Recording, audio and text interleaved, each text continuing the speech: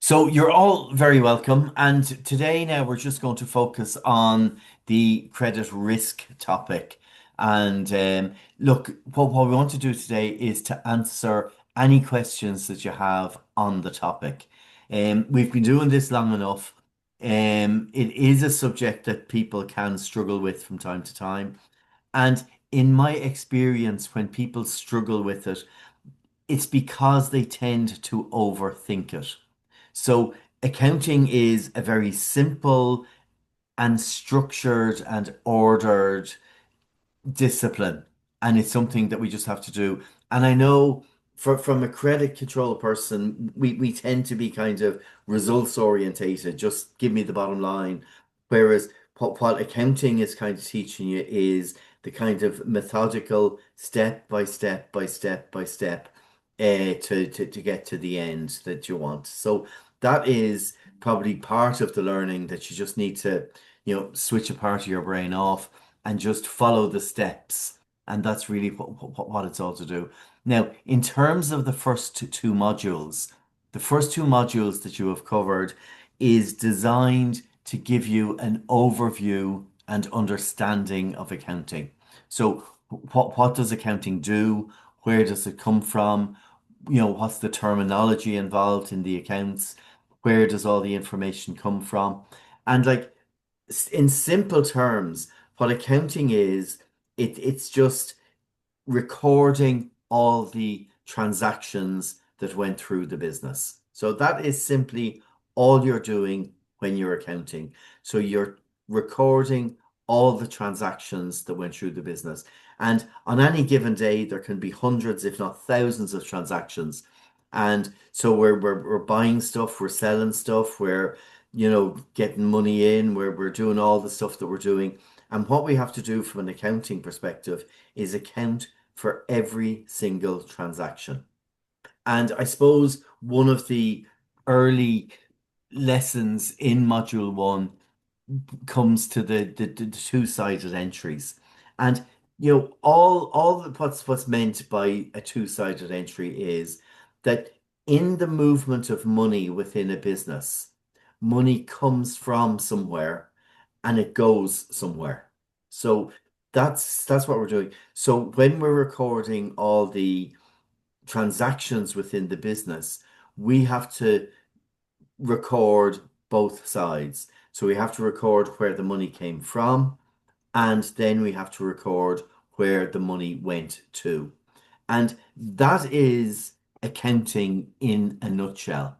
And what you do then is you record all the different transactions that happens throughout the business, and we create a number of accounts within our accounting software or whatever the case may be, and then we work out the totals for each category, be it from a sales perspective, be it from a purchasing perspective, stock perspective, an asset perspective. So all we do is we categorize everything. So at the end of, say, a financial year, we gather all the accounts, all the transactions under the various headings, and we just throw them out into what's called a trial balance. So a trial balance is just a list of all the transactions that went through the business in the previous financial year. So that is what we're doing. And I suppose the first two modules is showing you just the step-by-step account from a single transaction, the effect that has, where the money came from, where the money went to, and we're accounting it. And then when we have all our different accounts with all the various balances, then we just put out the balances into our trial balance. And what I'll do, oh, here we go. We have somebody else in. Yeah, there's Eileen. You're very welcome. Um, Sorry, I'm a bit late. I just have new rescue dogs and they're literally consuming my whole life. So if I have to go, I have to go real quick. It's just too much. Sorry about that. Anyway, I'm a bit You late. see, why make life simple? No, no, you're grand. Now, A couple of things. Yeah, I see you've just hit your mute button. So whatever madness is going on behind you, we can't hear, which is good. And the other thing, just to let you know as well, which I probably told you on the way in, we are recording the session. So even if you do have to go away, I'll send you the link to the session so you can go back and have a look at it. So what we have done is we have recorded all the transactions within the business, and we have now got our trial balance. And what I want to do, and this is where the first assignment comes in. So the first assignment pulls together all the information that you should learn. And look, you don't have to go into the minutest detail. You don't have to understand everything. And I know that as credit controllers, you're not accountants and you don't want to be an accountant, and that's fine. The reality is that in the job as a credit controller and hopefully in time a credit manager, you will have to evaluate the credit worthiness of a customer based on their accounts. And what will be expected of you is to be able to look at a set of accounts and to know what the story that those accounts are telling you. So, in terms of the four modules that are in this course, module one and two is all about leading up to a trading profit and loss and balance sheet. And that's where the assignment comes in, where we're giving you all the information and we are asking you to prepare a trading profit and loss and a balance sheet for the business at that moment in time. And if you can do that, and by the time we finish today, I hope you will be able to do that. That is a huge part of the course. And not only is there 20 marks in your assignment, there is also one of the major questions in the exam paper itself, which will be to prepare a trading profit and loss and balance sheet. So if you can do this, you are almost halfway to getting this subject. So then we will do the assignment, submit the assignment where we prepare a set of accounts. And when we're preparing a set of accounts, and again, it's good to have a little bit of background understanding as well. So what we are doing is we are taking the mess of numbers that is the trial balance. So the trial balance is just, sorry, I've left my phone on just in case any students are trying to get through or whatever. Um, Maybe I'll just put it on silent and yeah, give you my undivided attention. I think that's more important. Yeah, that's gone. So we take the mess of numbers that is the trial balance, which tells us absolutely nothing. And then we try to make sense of it. And that's really what you want to do. So you're starting with a trial balance. So that's just extracting all the balances from the various accounts that you've created over the year. And now what we have to do is make sense of them to put them in an order that will give us information about how the business is doing. So that is exactly what you're doing. And there is a set formula for how to do it. So what I'm going to do now is obviously I'm not going to do your assignment for you. That would be far too easy. So what I have done is I have uh, it's a sample trial balance. Um, so screen to share. So I am going to share my screen, and hopefully now you can see an Excel spreadsheet with in two halves. So Yes. what we have on this half here is the trial balance. Let me see, can I view it in full screen? View, um, no. Um, I'll just see if I can, let's see if I can. Yeah, I will make sure. Yeah, but you can see the trial balance there anyway. So that's trial balance. And what I'm going to do on this side of the page, yeah, I might just make that a bit bigger. Um, Let me see. I think you can go into sheet view there, Declan. It might over in the left hand corner there at the up over a bit. This Sorry. sheet view, no, right over to the left. So you can My left, sorry. your left, your other left. Is that it there? Where No, view, no, no, normal page view, sorry. no. Down the Um, bottom, where you can increase or reduce the size. I think there's presentation mode there, Declan. Yeah, and look, That's where I'm you happy use it. that you can see, that you can see whatever. So that's great. I just make this a bit bigger now, in terms of font. Probably bring it up to 16 or something, just that you can see it. Yeah, okay. Yeah. So I think we can see the full the trial balance here, and so that's that. So just imagine, it's the 31st of December, on 2024. The year is over, and now we're going to just extract all the balances out of all the accounts to see what the balances stand at that moment in time. So just know that we're dealing with a moment in time, which is close of business on the 31st of December. And what I have to do is prepare a set of accounts based on the numbers that we have extracted. So that is the task that's facing you in your assignment. So that is fine. And we could work on the figures, but what we do is that we extract the figures, and then we give you a number of adjustments, because even though we've extracted all the figures, you know, that doesn't give us the full story, because what we will do usually at year end, if you're involved in a business that holds stock, we do a stock take. So we do our stock take, and we count what stuff we have in the store at that moment in time. So that gives us a value for our stock at that moment in time. And what we want to do is we want to see what is the position as of now. So that is fine. Now, depreciation. So again, just a simple thing about depreciation. So we depreciate what are called fixed assets, are also called non-current assets. So what happens is, if I buy a car for 10 grand, so the business buys a car for 10,000 euros.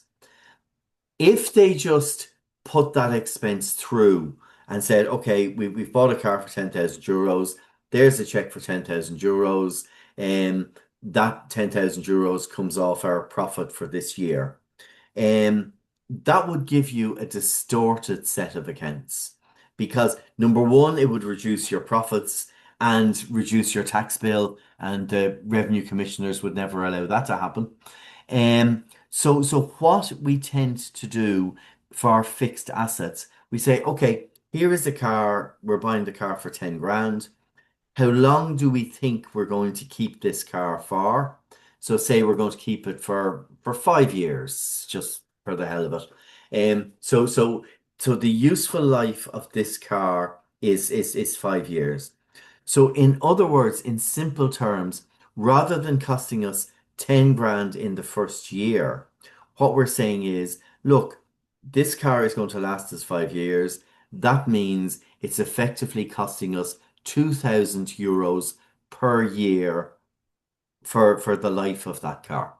So that's what we're doing. So when we look at all our fixtures and fittings, all our motor vehicles and all the rest, we decide what is the useful life of that asset, and then to get a more accurate picture, we we say, okay, well, look, if we're going to get 5 years out of it, then we need to depreciate that.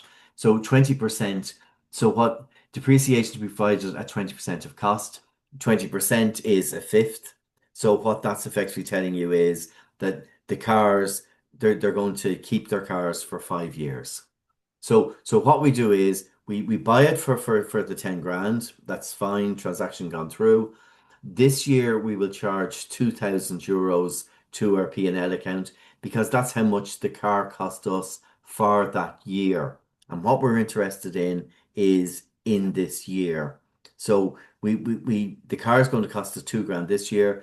2 grand next year, 2 grand the year after, 2 grand the year after, and then at the end of year 5, that car is going to be worth nothing. So what we do is each year we depreciate that asset. So the car cost us 10 grand, and in year 1, if we bought it on New Year's Eve, be a silly thing to do. Anyway, if we did buy the car on New Year's Eve, the car will be sitting in our balance sheet because it is worth 10 grand, and we just bought it today and it's worth 10 grand. When we come to next year, we've used up a year of the car already.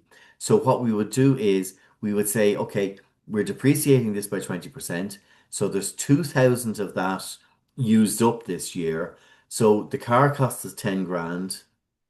There's 2,000 depreciation. So at the end of year 1, that car is only worth 8,000.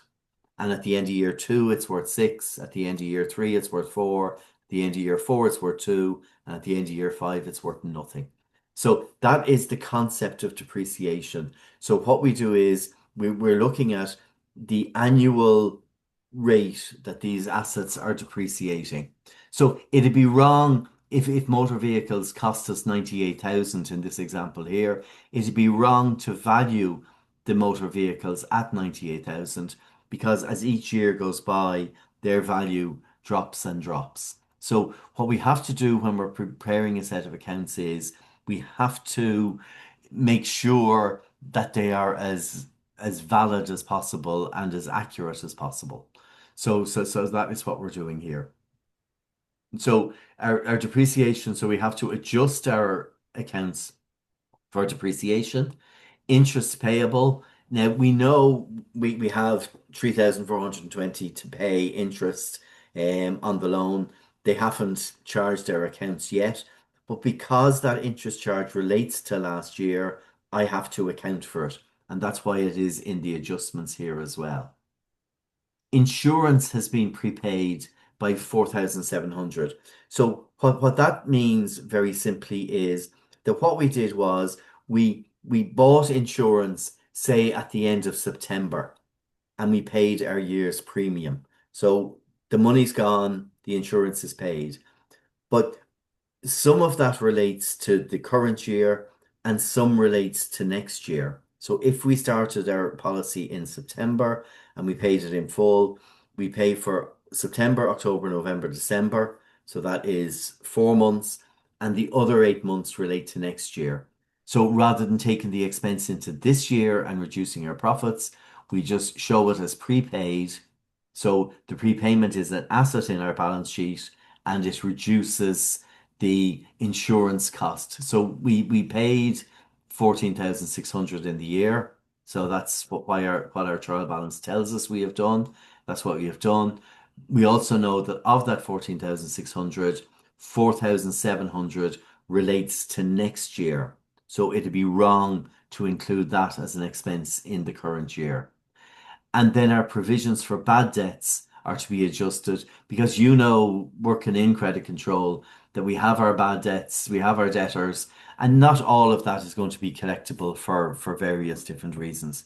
So we always have a provision. And again, it's an area where there's a bit of leeway. We can decide, 3% or 2%. So the accountants will kind of work out what is prudent, etc., etc.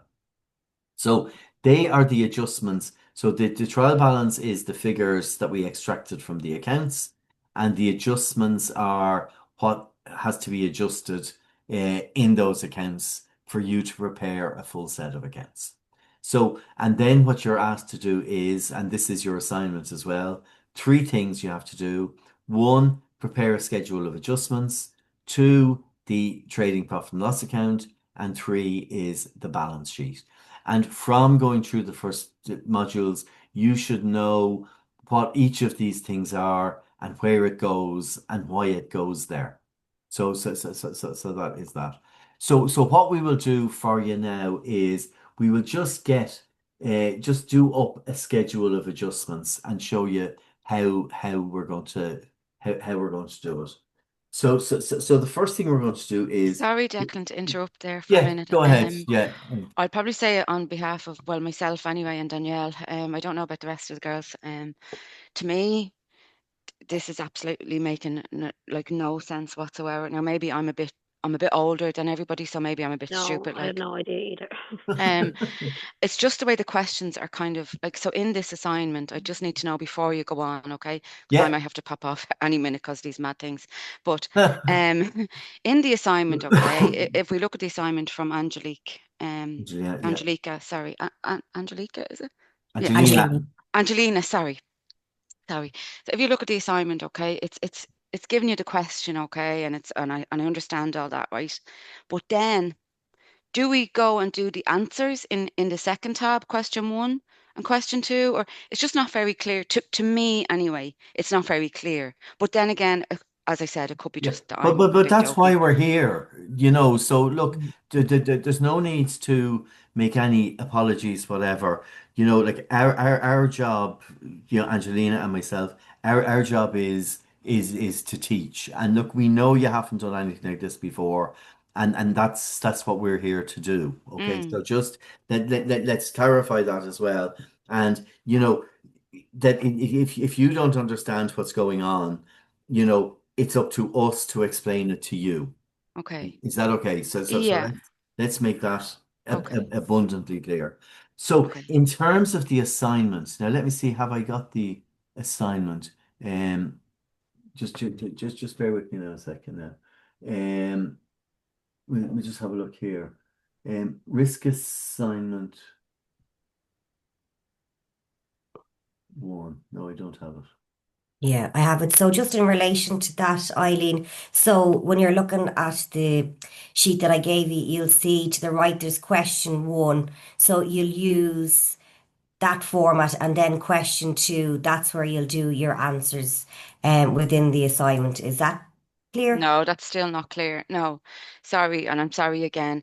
Yeah. Assignment, okay, there's the assignment, and we're sharing all the notes, and it's saying below is the trial balance, okay, and it's saying Do, carry out do, do any you want adjustment. to, sorry, Angela, do you want to share do you have the I have it assignment here. there? Yeah, I do. Just bear with me a second now.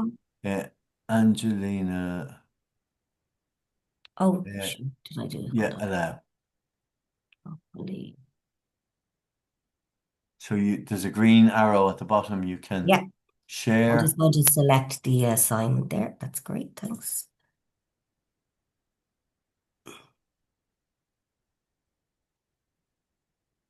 So you're sharing your screen, but we can Yeah, only can you see see a that black. there? No, we can't see your screen. We can only see a black. I'll email that to you. Hold on now. Oh, here it is. Here it is. Yeah. Yeah, perfect. Okay. Yeah. Okay. So this is the assignment. So again, let's go down through the the assignments in detail. So A, carry out any adjustments in the notes. So what's this now? You don't need Yeah, to. Oh yeah, okay. So that's that. So what you're looking at there is your trial balance. They're the figures that are extracted from the accounts, and it says carry out the adjustments and then prepare an income statement for the year ended that and a statement or a balance sheet as well. So there's the clear instructions in terms of So, so yeah. sorry again, Declan. So it says, so carry out the adjustments in the notes. Where are the notes? In here, in this page. Is Yes, that where there's we the can? here. notes there. See, it says Okay, notes there. okay, So what we have to do is so there's the notes. So yeah, we have to carry out. So there's depreciation to be charged. But yeah. that There's then you answered that in question one on the tab question one. I think No, that's what yeah, I you do the notes there in that yeah. page, I would No, imagine. there you do it there on Hmm, question one. here. Yeah. Yeah, there, yeah. So your assignment is on tab one. That's the notes is there, but you answer them in question one tab. Is So that we'll be right? doing the schedule of Yeah, adjustments then. yeah. That's what you're planning on doing. So part of the notes, but look, adjustment. if that's confusing you, then like the question one and two, the formatting there is simply designed to you know give you the structure. If you prefer to start with a blank page, then start with a blank page. if you want to do your schedule adjustments, on the side of the question, whatever makes it easier for you, just because all we have to do is we have our figures in our trial balance that we're given, and then they have to be adjusted to make the information correct to relate to the previous year. So that is that. So when we look at so in terms of the adjustments to the notes, they're what is the five notes? One, two, three, four, five, six. So there's yeah, it's six pieces of information that you have to take into account when you're preparing your set of accounts. Okay, so that's all that's saying. So if the tabs Q1 and Q2 are confusing you, just ignore them completely and just do it yourself. And to be honest with you, in terms of a schedule of adjustments, um, if you want to get into debits and credits and all that kind of stuff, and I know from a credit control perspective, that's the kind of stuff that leaves us dead. So look, if you just want, and what I'll do is when I'm doing the example, I will show you just do a simple adjustment to the figure rather than getting involved in debits and credits and all that kind of nonsense because that's where you get bogged down in stuff that look, I know you'll never prepare a set of accounts, so you don't have to be, at that level. So the schedule of adjustments, um, as I say, I'm happy if you want to do it in this format. If you're aiming for a distinction, by all means do that. If not, just let's take the notes and make our adjustments. Well, we all want a distinction, Declan. So, obviously we'll do it whatever way we're told to do. I was just confused in the way the question was asked. And is That's it any clearer now? um I'll keep watching, but no, absolutely not. No. I'm sure Danielle will probably feel the same. We've just never done this before. And maybe we need to go right back and look and try and study the notes again. But I'm finding this No, no, really, there's no, really, no, there's no need. All you have to do is understand what you're doing and why you're doing it. Are you yeah, with me? okay. And that's Look at, that's why I'm here today. yeah, okay, fine. We'll That we'll is why we'll I'm here carry today. on. Yeah. And and the other thing in terms of, you know, wanting a distinction and yes, I suppose in all of us there is a perfectionist somewhere trying to get out. Um, for the purpose of a diploma, well, there's four subjects in the diploma. Now, I'm just saying this. I don't have numbers to back it up, but I would imagine three of the subjects were okay. So this is the only one that is causing you difficulty. Yeah. Yeah, Not this true. is the only Yes, one that's causing me stress. Yeah. too. Yeah, yeah, Oh, okay. okay. Well, Very good. look, so look, in terms of getting it, why are we here? Well, we're here for two reasons. One, hopefully, is to learn, and two is to get a diploma at the end of the day. Mm-hmm. So, on that basis, if you are, which you've admitted you are struggling with the subject, all you have to do is pass it. That's all you have to do, just to get through it, to get your diploma. So, in terms of, and that's part of what we're here to help you do as well. Now, I would like, and particularly at the end of this session, whenever we finish up to this morning, our look, you know, if I can go back and explain it in a different way, I'm happy to do that as well. So I'll keep it this. I'm not giving up here. Just that and just that we have today penciled in. There can be more days. So just to put your mind at rest. So what I want to do is I want to make sure that everybody is happy that you know that you know what's expected and you know what you have to do and you know how to do it. And I think more importantly for me, from a credit perspective, is that you understand why you're doing it. Is that okay? So that is that. So look, in terms of this, you're given your trial balance. you're given your notes, you have to make adjustments based on the notes, and then you have to prepare your trading profit and loss and balance sheet as per, there's a formula for doing it, and all you have to do is follow the formula, and that will give you all the information that you need. All right.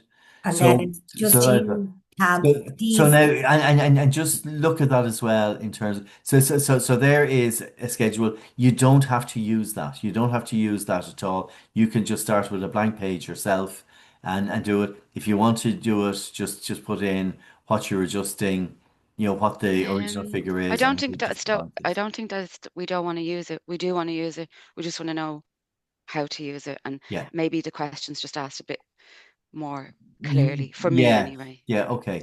So that is I'll that. shut up now. So okay, no, no, no, no, no. Look, this session is for you, please. That's why we're here. What I'll do now, and sorry, so that's question. So one, you have to do a schedule adjustments. Two, you have to do the P&L account, and three, you have to do the balance sheet. So, and that is, if you look at the marks there, Angelina, just to go down. So there's 20 marks for the adjustments.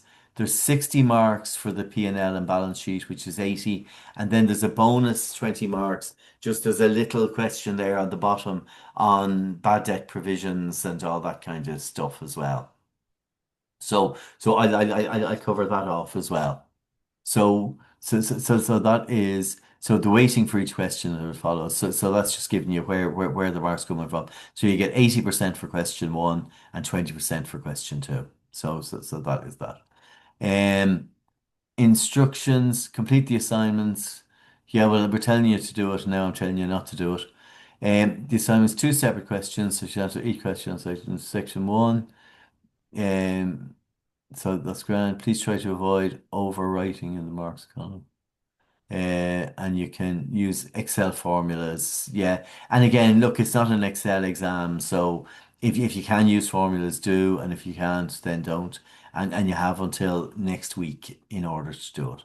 Okay. So that is the assignment. That is the information you're given. Now, what I'm going to do is I'm now going to share my screen. Thanks, Angelina. Share my screen. And what I'm going to do is I'm going to start off by doing a schedule of adjustments. And what I'm hoping is, as you see me doing it, you'll go, is that all? Is that all that's involved? Okay, so let's go down line by line. So, okay, so the closing stock is there. That is an adjustment. So we've counted our stock in the warehouse. We've 80,500 quiz worth. And what you know is that the stock then has to go into both the P&L and into the balance sheet. So, and all the adjustments that you do have to go in both the P&L and the balance sheet. It's because it's a balance sheet, it has to balance. So for all the adjustments we make, we have to put them in twice. So our closing stock, we'll get to that eventually. That's not part of our schedule of adjustments. So here's a schedule of adjustment. Depreciation to be provided on motor vehicles at 20% of cost. So that's grand. So now we have depreciation on motor vehicles. It's grand. So there's our so depreciation on motor vehicles. So let's go and find what the depreciation is. So it tells us here that in terms of our depreciation on motor vehicles, right, we have cumulative depreciation of 39,520. Okay, so there is our P&L account. Our depreciation is 39,520. Yeah, because our P&L tells us. So that's how much we have in our accounts for depreciation. So we have depreciated our assets by 39,520. That's what we have done. And this year again, we're going to have to provide 20% of cost. So there is the cost. So our cost is 98,800 and we multiply that by 20%. So our depreciation on motor vehicles is 39,520. This year we have to put in another 19,760, which is the 20% of cost. And then what we have to do is we just have to add those two together. So that's our adjusted depreciation figure. Are you with me? So the depreciation in the P&L is 39,520. The notes tell us we have to calculate additional depreciation on motor vehicles at 20% of cost. So there's the cost and there's 20% of the cost. So it was 39. We now need another 19. So our adjusted figure now is 59 for depreciation. Yeah? Next, depreciation on office equipment is 10% of cost. So now let's do, so depreciation on office equipment.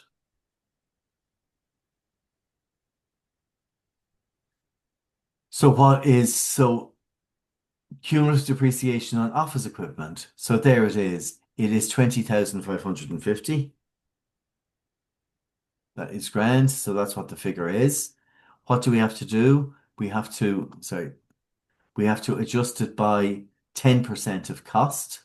So there is the cost of our office equipment. So how much do we have to depreciate this year? 6,850, which is 10% of the cost. And now we just have to add those two figures together. So now our depreciation on motor vehicles is that. Our depreciation on office equipment is that. All right. What's our sorry, I keep going down here. The third thing then we have to adjust is our interest payable. So now, we look in here and it says my interest payable in the balance. So this figure here is in the trial balance. Yeah. So Declan, this is how we answer an error assignment. Well, obviously on error, obviously. With your figures and your error figures. Yeah. Exactly like absolutely. this. Yeah, perfect. So, and this is the adjusted figure. So there's the three columns. So when we're doing a schedule of adjustments, we extract the figure that's in the trial balance. Then we have our adjustment, and then we have our adjusted figure. Yeah.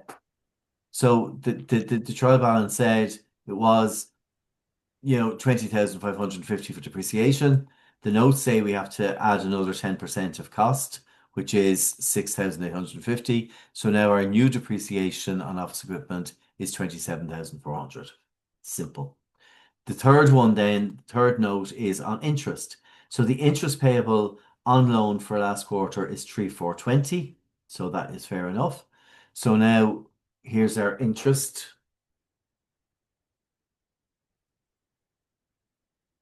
Our interest payable. So what's in our trial balance? What's in our trial balance is 11,250. How much do we have to accrue? 3,420. So that's what we paid. That's what we have to pay. So now we have to add those two together again. So now our interest payable is now 14,670. Yeah. So that's in your trial balance. That's how much you have to adjust because you have to be told to adjust. And that's your new adjusted figure for interest payable. So that's how much we'll be putting into our accounts for this year, the interest payable. So what was in the trial balance and what we had to adjust it by. And then our insurance. So there's our insurance. So our insurance in the trial balance is 14,600. We're saying we have prepaid it by 4,700 because that's what the note said. So because that's prepaid, we have to subtract that. So we have insurance in our trial balance of 14,600. 4,700 of that relates to next year. So the expense for this year is only 9,900. So that's the figure that we have to put into our accounts. Yeah. And then the final thing we have is bad debts. Uh, so now, what is our bad debts here? Our provision for bad debts is 9,310. 9310. So that's the provision that we have on our bad debts. What's our notes telling us to do? Our notes saying, so adjust them to 3%. Now, just be careful of the prepositions here. So it could be, so provision of bad debts to be adjusted to 3% of debtors. It could be by 3% or whatever. So just watch the question. So it's to be adjusted to 3% of debtors. So there's your debtors. So what we do is we say there's our debtors. Um, sorry. Oh yeah. So Jenny, it's not clever. Is that clever? I don't know if that'll work. No, hold on. I'm trying to get it across two different stuff. Um, sorry, debtors. So it's plus 572,565, and it's 3% of that. So it's multiplied by 0.03. So we have a bad debt provision of and again, don't confuse yourself with decimal points or whatever. Um, so we'll just do them in terms of uh, full numbers, because otherwise you're going to get yourself all over the place. So that is that. So we know that's what we had in the accounts. That's the figure we want going forward, which is 3% of the debtors. So this way we're going to have to work out what our adjustment is. So it's plus that minus that.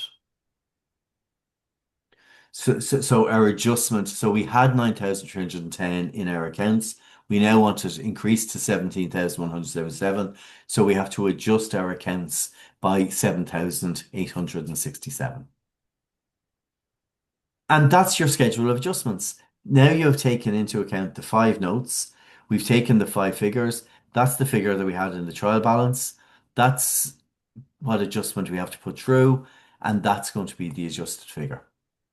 End of 20 marks. You're flying.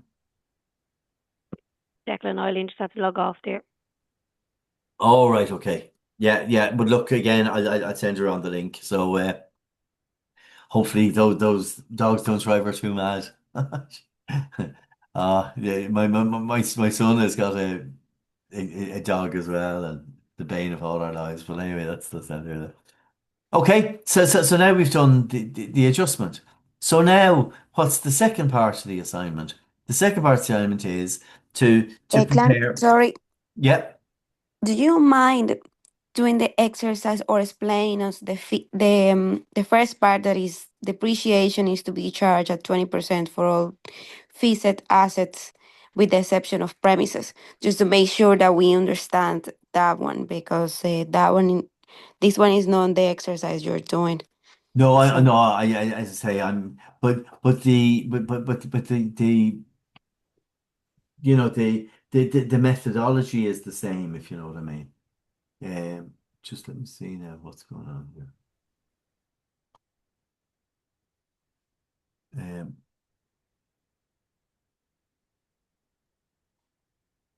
just bear with me a second.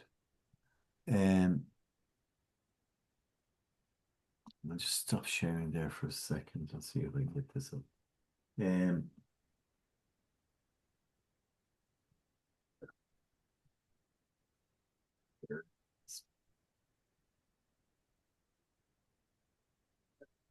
Assignment.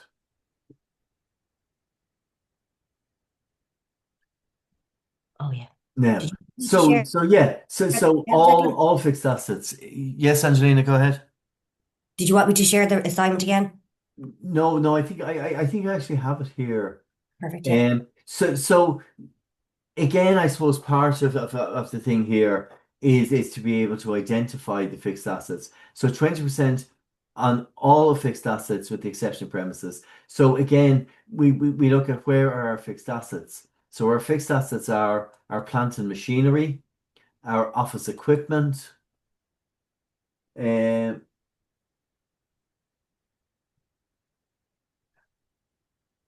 yeah, plant and machinery and office equipment. So they are our only two fixed assets that we have. So in terms of 20%, so we have to depreciate both our office furniture and our plant and machinery at 20%. Yeah. So here I had two different rates. So for you, and that's something to bear in mind as well. And that in terms of depreciation, yes, your plant and machinery and vehicles and fixtures and fittings and all that kind of stuff gets depreciated. Premises don't.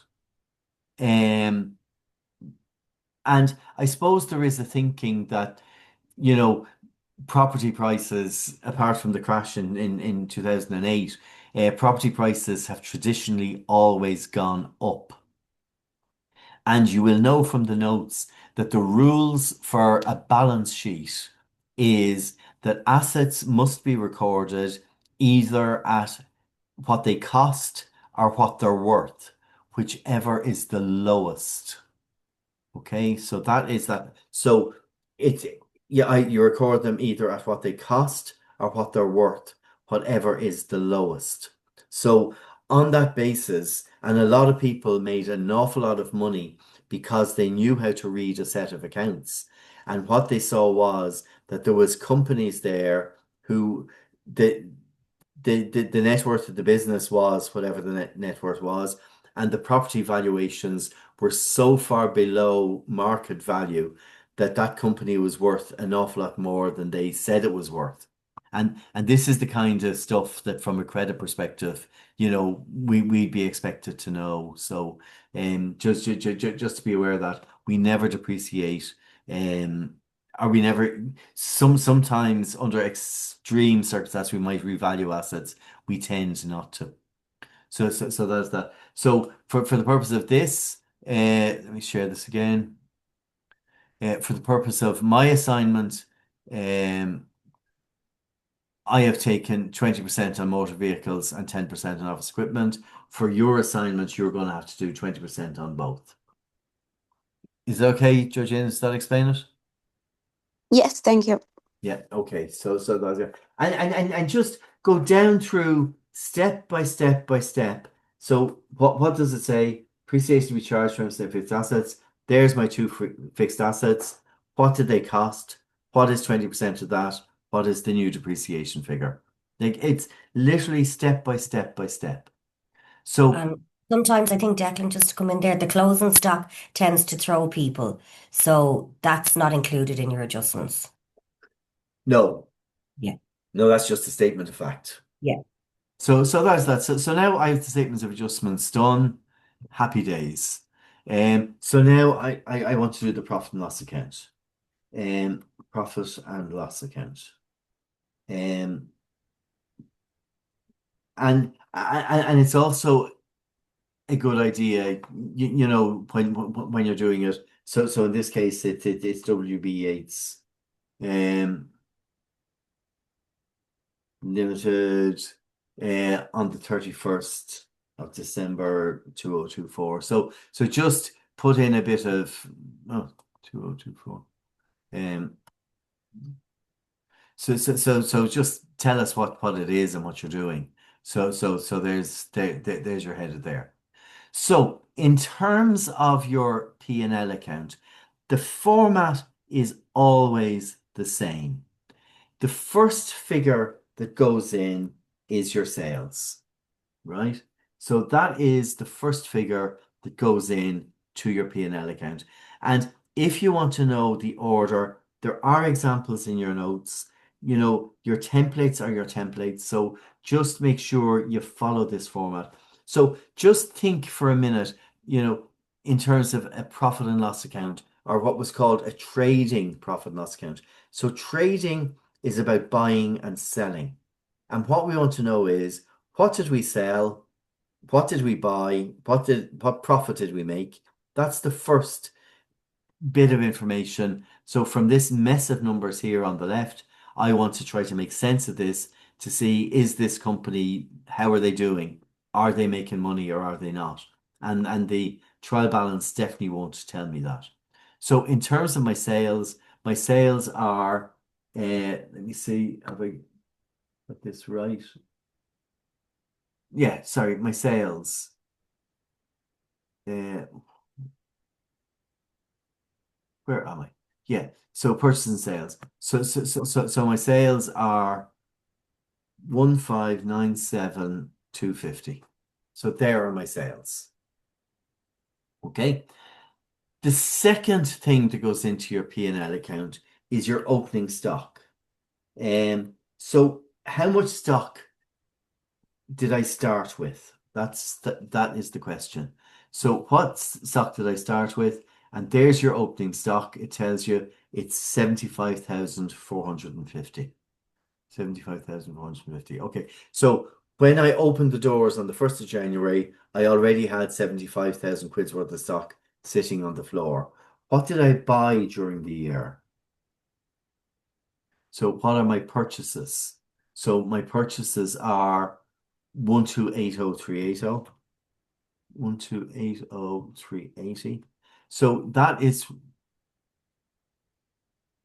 yeah, okay. I might actually, and sometimes you might find this easier as well to put in commas. So number 0 and use the thousands. Just to me, it just keeps it clearer. So there's the purchases. So when I add those two figures together,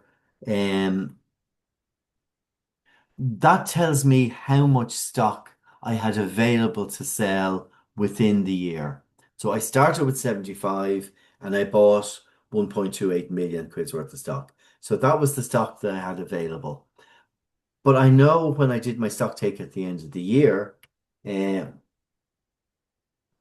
had stock left over. So that closing stock that's left over is not available to sell in the year because I still have it.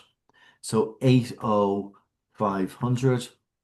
So what I now have to do is see the stock I had available for the whole year and what do I still have left over. So that figure there is called our cost of goods sold. So that's the cost of goods sold. So that's what I started with. That's what I bought in the year, and that's what I had left over at the end of the year. So by adding your opening stock to your purchases and subtracting your closing stock, that tells you how much did the goods you sold cost you in the year. And they cost you 1,275,330. So now I know what I sold and I know how much those goods cost me. So now what I have to do is I have to subtract what my sales from my costs, and that then gives me my gross profit. So now at least the figures now are starting to make sense to me. I can see, yeah, okay, so now this is what I sold, this is what it cost, this is the money I made. So just on the simple process of buying and selling, I bought 1.2 million quid's worth and I made 321,000 profit. So that's pretty good, all right, I hope. So now it's telling me. Now again, that profit isn't profit because I have bills to pay out of that profit. So what bills do I have to pay? So let's have a look at less expenses. So I've had expenses incurred in the business that has to come out of that profit that I have to account for as well. So now let's go down through the list and find out where our expenses are. So let's go down. Wages and salaries. So wages and salaries, that's an expense.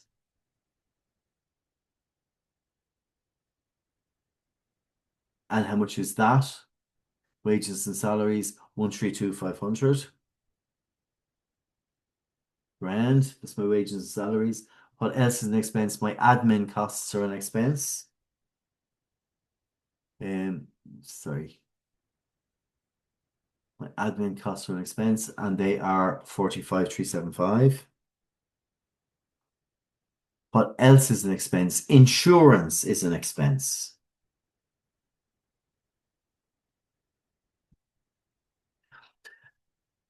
And do you know what? Maybe, it might be no harm if you even highlight here, and this is something that I probably would do. It's done. So you see these numbers here.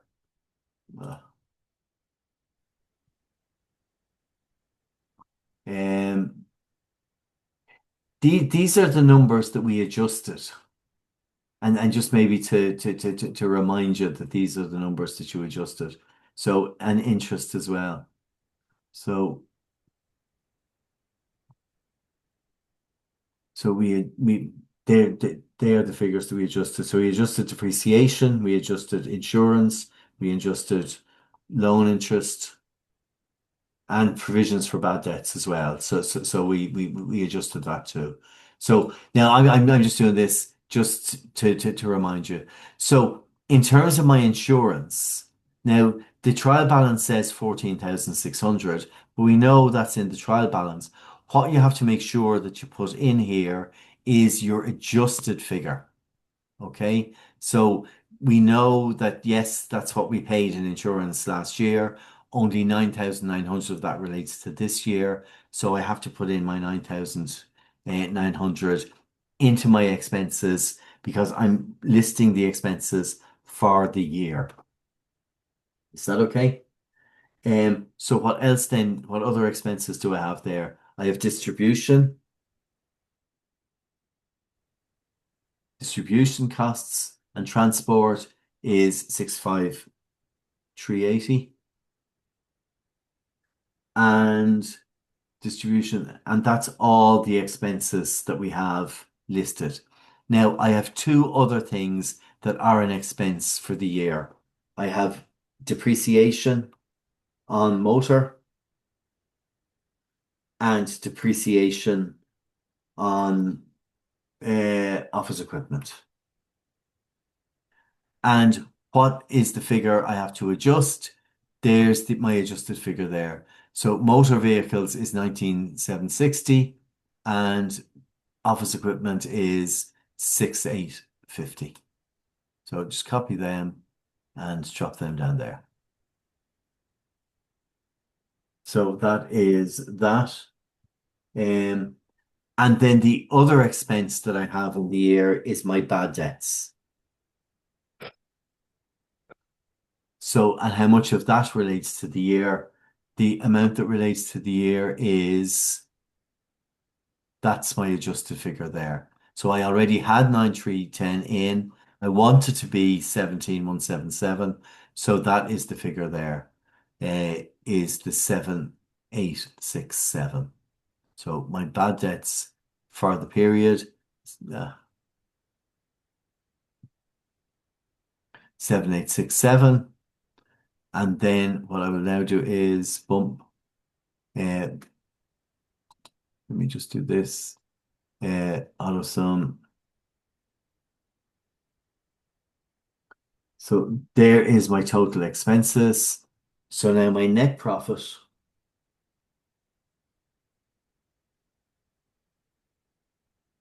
My net profit is my gross profit less my expenses. So now I know that for this business, we had sales of 1.5 million. That's what we bought. That's what we have left over. That's my profit. They're all the bills that relate to last year.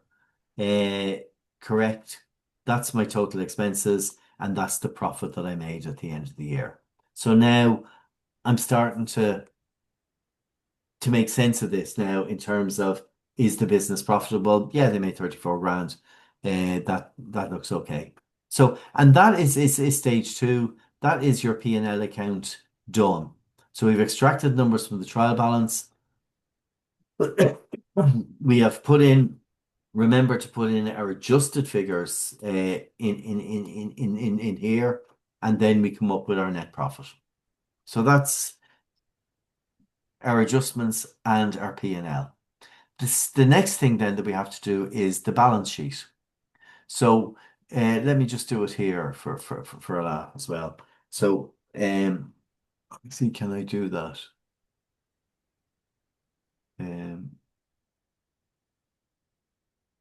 Okay, so I've done the P&L account. Let me just do the balance sheet. So we'll just do, where are we now? Look at that.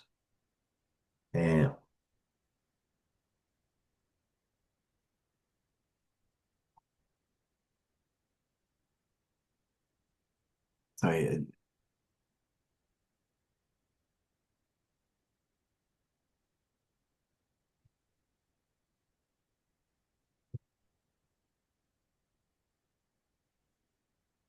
So that is grand. So my balance sheet is a list of everything that I own and everything that I owe at that moment in time. And again, there is a formula for putting together a balance sheet, and the formula never changes. And this format for a P&L account, whether it's a sole trader, a multinational, or whatever, the format never changes. It's sales, cost of sales, gross profit, expenses, net profit.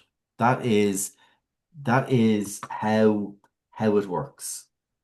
Okay, so it never changes. So even though this is fairly simple, that's what it's all about.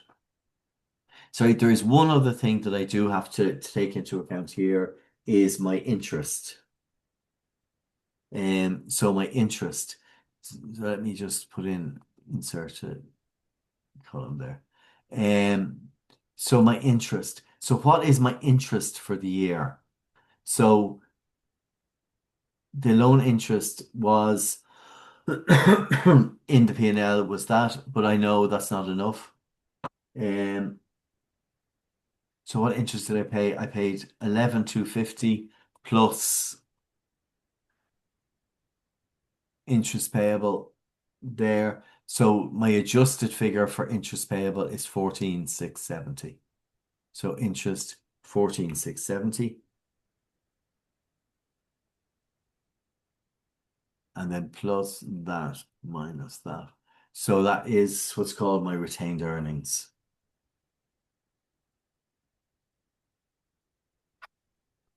So what had happened is I made 34,000 profit. I have to pay 14,670 in interest, and that means that I get to keep 19,618 at the end of the year. So that is the figure that I get to keep. Is that okay? Just one thing there, Declan. So in the expenses, you put down the adjustment, whereas for the interest, you put down the adjusted figure. I'm not sure if anybody might have any questions about that. So, in the expenses. Yeah. Oh, yeah. We'll ask all the questions you can. Yeah. Well,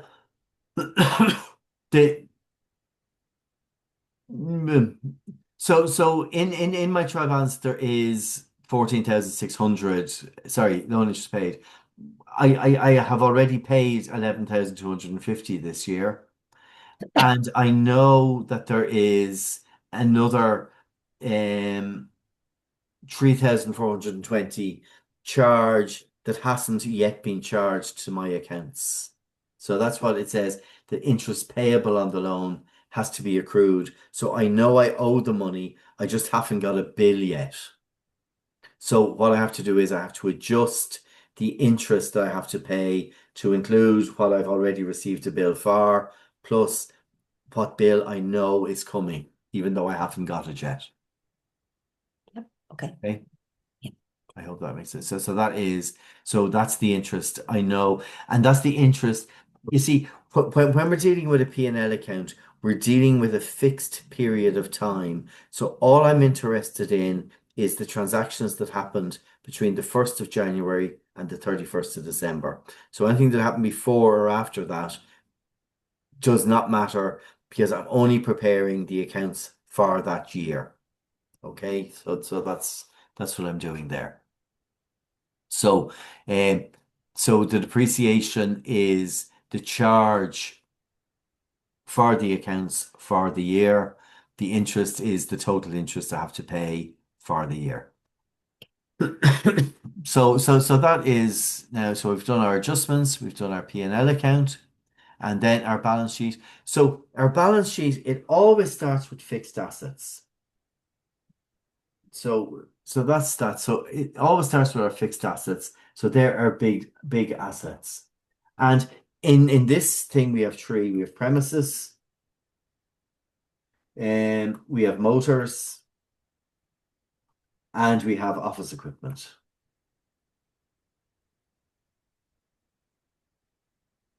So they're the three things that we have. And the three bits of information that I am interested in is number one, and I'll put it up here, what did they cost? Two, what's the depreciation? And third is the value. What are they worth now? So that's the three pieces of information that I need to record on my balance sheet. So what did they cost? What have they depreciated by? And what are they worth? So that's my fixed assets. So that's that. So fund bold. Okay. So my premises. So that's fairly simple. Where's my premises? 360 grand. Fine. My motors. Now I know what my motors cost. So motor vehicles that they cost me 98,800, right? And my office equipment cost me 68,500. And now in terms of my depreciation, so what's my depreciation on motor vehicles? My depreciation on motor vehicles is now 59,280. 59,280. And my depreciation on office equipment is 27,400. So my motor vehicles are now worth 39,520, and my office equipment is worth 41,100. So that's what they cost. That's my depreciation up to date, and that is the value. And then what I will do here is I will just total those up, plus, plus, plus. So there is my total fixed assets in the business. My total fixed assets are worth 440,620. So, okay, now we're making progress. So what's the next thing we have to look at? The next thing we always look at is current assets. So what are our current assets? So let's go down through our current assets. Our current assets are our stock, our debtors, and our insurance, because that's prepaid. So prepaid is a current asset. So what is the stock figure?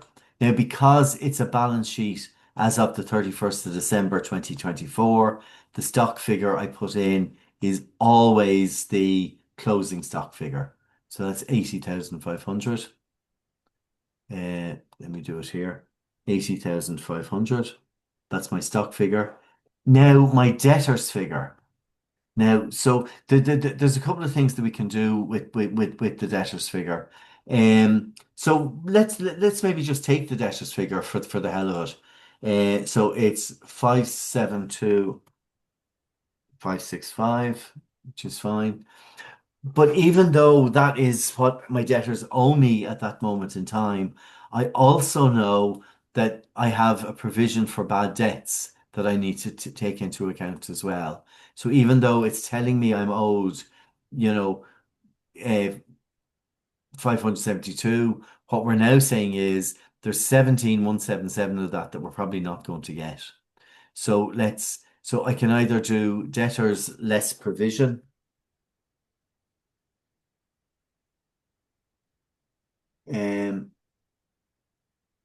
less provision.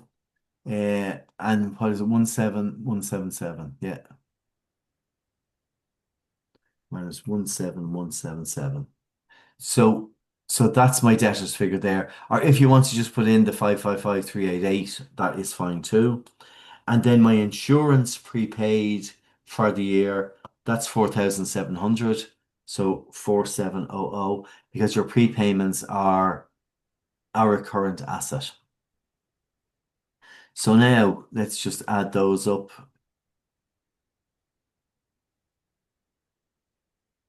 So my total current assets is 640,588. All right.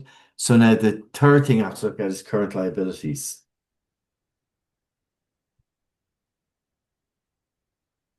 And what are my current liabilities? My current liabilities are my creditors. They are the people I owe money to. They are my accruals, my loan, now, yeah, sorry, this is probably something that I should have pointed out. Yeah, I should have pointed out. So every single figure on the trial balance is, is an asset, is an expense, is whatever it is. The one sort of funny figure in your trial balance is your bank, because you can either have money in your bank or you can be overdrawn in your bank. Okay. And so when you're recording your bank balance in your trial balance, it's you're either overdrawn or you have money in it. So that's the only figure that can appear on both sides. And, again, rather than wrecking your head with debits and credits, and is it a debit or is it a credit, or is it a credit in the P&L, is it a debit in the bank? Look, is it on the same side as the creditors or the debtors? So in this case, the bank is on the same side as the creditors. So that's telling me that is money that I owe.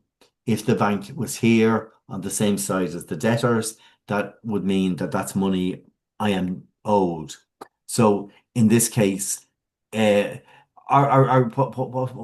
you can also do as well, if you want, in this case, my bank is an overdraft, so it's a minus figure. So just to be aware of that, 7375. So just make sure that we do it there. Okay, so that is that. So my creditors, just pick out my creditors figure. There it is, 510,365. 510,635 is my creditors. My accruals are where's my accruals?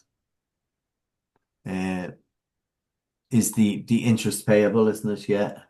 So interest payable accruals is, where's it gone? 3,420. And my loan. So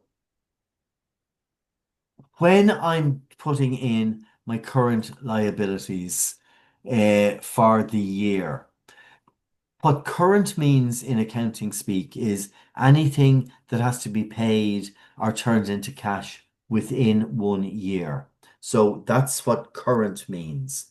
So on that basis, so my fixed assets, they're long term, they're separate. My current assets, they're things that I will turn into cash within a year. Current liabilities are things that I have to pay within a year, which is fine. There is one other thing that we see here, that we have a term loan. So this is obviously a mortgage or a term loan or something of that nature. So that is what's called a long-term liability.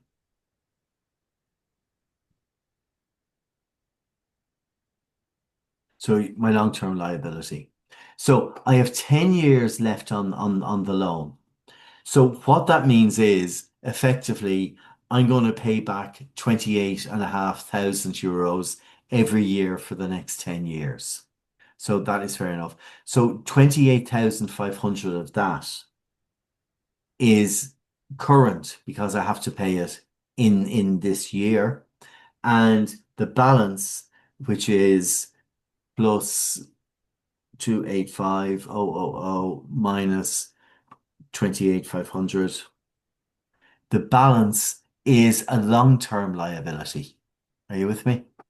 So out of the 10-year loan, 1 year is paid this year. That becomes a current liability because I have to pay it within the year.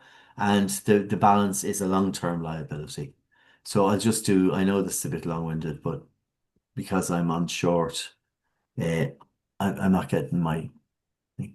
So what we have now is we have our total current assets and we have our total current liabilities. Did I see? Sorry, the bank. So sorry, there is one other current liability in there that I missed, and that is my VAT. So VAT control get. So what that's telling me is I owe the VAT people 27,660.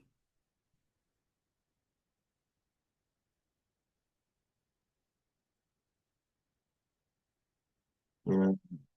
See, have I got that right? So VAT, accruals, creditors. So sorry, F2. Just sorry, I need to add in my VAT. There, 577,590. So that is so now in terms of my current assets, the money I'm expecting to get in throughout the year is 640. My current liabilities, the amount of money I have to spend out in the year is 5,770. And then if I add my current assets and subtract my current liabilities, this is an absolute key number, and this number is going to become more and more key as you go. That figure is known as our working capital. And working capital is the difference between our current assets and our current liabilities. So what I'm saying is that between what I have and what I'm owed, I have 640,000. Between what I owe and what I have to pay is 577,000. So I have a working capital. So the difference between my current assets and my current liabilities is 62,000. Okay, so that is fair enough. And I also know that my long-term liabilities are 256. So that's grand. So how much is the business worth? Well, we add our fixed assets, we add our working capital, and we subtract our long-term loan, our long-term liabilities. So according to this, our business is worth 247,118. So that is up adding everything that we own and subtracting everything we owe. So in other words, if we were to walk away from the business today, we would have 247,118 in our pockets. So that's fair enough. And let's prove that this is right. So let's do font here. Top and thick and double bottom. So there's my 247. So where did that money come from? So it's financed by. So where did the money come from? It comes from capital. So capital is the money that the guys put into the business, which was 10 grand. Yeah. Retained earnings.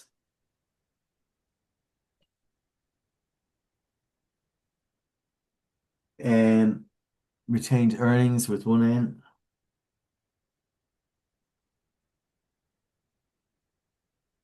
Retained earnings. So it tells us here, retained profits, retained earnings, same thing, is 217,500. 217,500.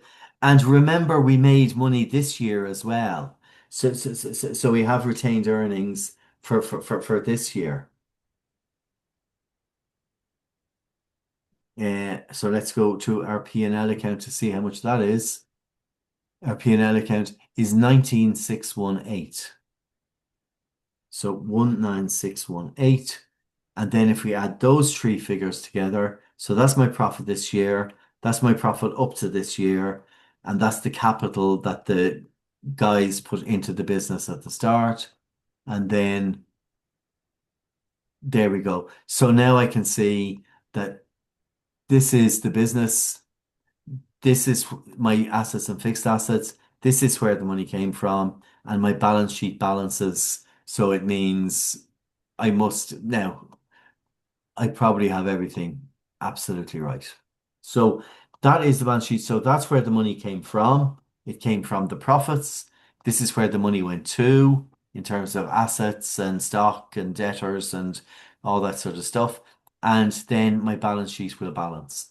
And that is the full assignment, and that is the full question one in the exam. And you know, so what do you need to do from a notes rather than going back through the notes again? Just make sure that you know where everything goes. So from the P&L, what goes into the balance sheet, what goes into the P&L, and that's that. And then to make sure two things. One, that any adjustments that you make, that the figures go in twice. So if you see here, say my insurance, um, so my insurance went into my P&L account as an expense, and it went into my balance sheet as a prepayment. Are you with me? So all my adjustments have to go in twice. And then it balances. And all I say to you as well, even on the assignment, like if it balances well and good, if it doesn't, it's not the end of the world. You would get marks for everything you have in the correct order. So if you do your schedule of adjustments, you will get marks for that. If you get your top part of your P&L account, you will get marks for that. If you get your expenses, you will get marks for that. Your balance sheet formatted, you will get marks for that. So you will get marks for everything that you do and do right. And then if you forget to carry a one, or you put a minus instead of a plus, or say for example, you put the bank in as a current asset, yeah, you'll get docked a couple of marks. It's not the end of the world. It's about understanding what the information is telling you. So this is everything that I own, this is everything that I owe, and this is how much the business is worth, and then this is where the money came from. So now I've been talking for a long time. Declan, can you send us this worksheet as well with the recording? Yes, I can do. Yeah, of course I Yeah, can. thanks. Just because Yeah, I'm I following can. it, so when I'm doing my own assignment, I can go back through it and Yeah, do. put it And and together and, more and if system-wise. you are very observant, you will know that what I'm sharing here is called three sample questions on trial balance. Okay, Okay. so I've answered the first one, which is WB Yates. There is JB Keane and PJ Murphy there as well. I So might be when able I to try it send on you, them. that's what you can just practice with Yeah, it. yeah, and before I just do my assignment, because yeah, that'd be good to Just have. and a lot of this is just practice as well. And both I and Angelina have to have I'm saying the words, and I hope you don't make me a liar. Angelina, you have the solutions. I have Like the you have solution those for all of them. Yeah, yeah. for the tree. So I have three samples, and then I have three more samples, and you have them as well. And so yes, so look, we have the solutions. Ask us for the solutions. Have a go first, because what I find with accounting is, you know, you looked at me doing that P&L and balance sheet, and you go, that's easy. And when you're sitting with a blank sheet of paper, you go, here, what goes where? So just follow the structure and the format. And then if it doesn't balance, um, I give you, and this might be helpful to you, um, in in terms of even work reconciliations and stuff. Okay, so the figure doesn't balance, right? So I come and do all the stuff here, and it doesn't balance, right? The three tests that I do is what I do is I just get spot the difference. So I just subtract one from the other, right? And I say, okay, well, what is the difference between my two sides? And I see here my difference is 3,420. Um, oh, look, sorry. what have I done there? Sorry. Um, no, well, yeah. So my accruals is 3,420. Ah, look, put the wrong number in for interest, you know. So I forgot that 3,420 in accruals. So there it is, and now it balances. If if I put that in as a minus, so what I would also do is I would just the difference I get divided by two. Um, and that will sort of find a difference for you. So there's so by dividing it by two, 3,420, I put it in as a minus, it should be a plus. How stupid am I? Um, so now I have that sorted. That's done. So one is just subtract them, two is divided by two, and the other thing is divided by nine. And you go, why would you divide it by nine? I'll tell you why you divide it by nine. If the answer, um, so if you find your answer, so the difference, so 18, I don't have 18 anywhere, right? But I can divide 18 by 9. And if you can divide the number by 9, what that means is you have transposed the number. So look at that. It's 7357. It should be 7375. So if you're prone to mixing up numbers, divide your difference by 9, and that will tell you whether you have mixed the number up where you've transposed it.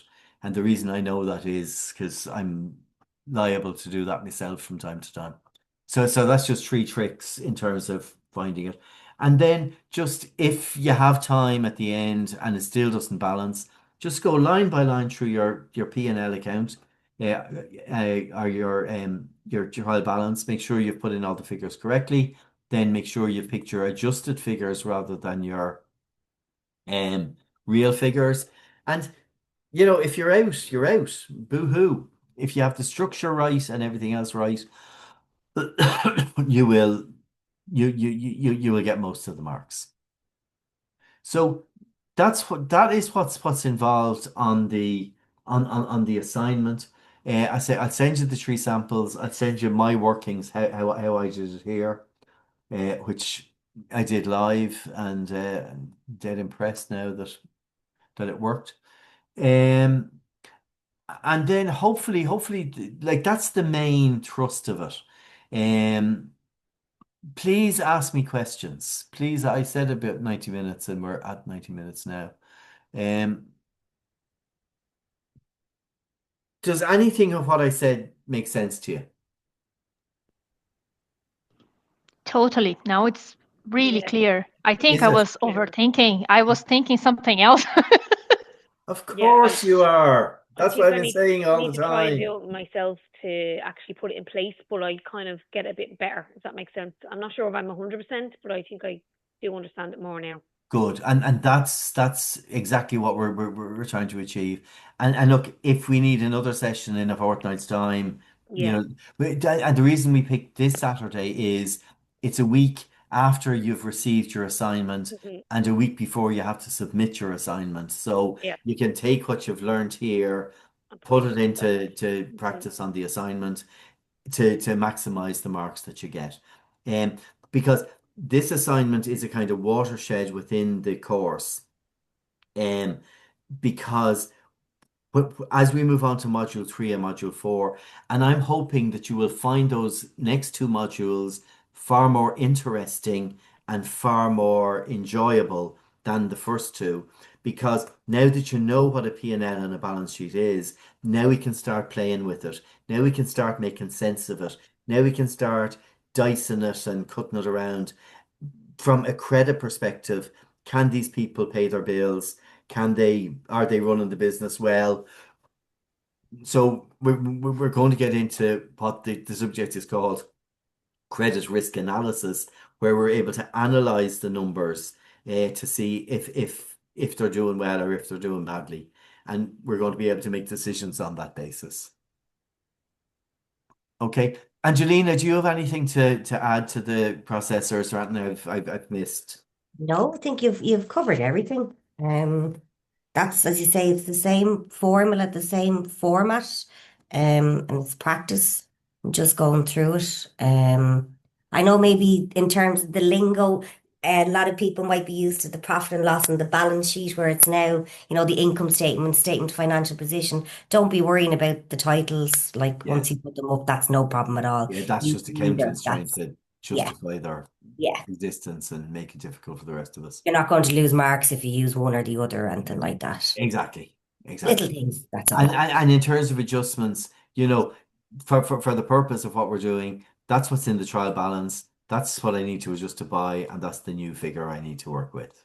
So that's just if you know that when I'm doing a set of accounts for 2024, I'm only interested in what relates to 2024. So that hopefully will trigger you to make better decisions. So, guys, look, if you're happy, I'm happy. Keep in touch with us. I will send you these three samples now. I will send you my workings now, and I will also send you the link to the recording. And as I say, there are three more as well. So if you want lots of practice, Angelina can send those out to you, and then she can send you the solutions as well. Have a go at doing it yourself first before you get the solutions, because that's how you learn from making mistakes. So make the mistakes, and if you can't see, where did you get that figure from? Ask us. Please ask us, and we're happy to help you. Is that okay?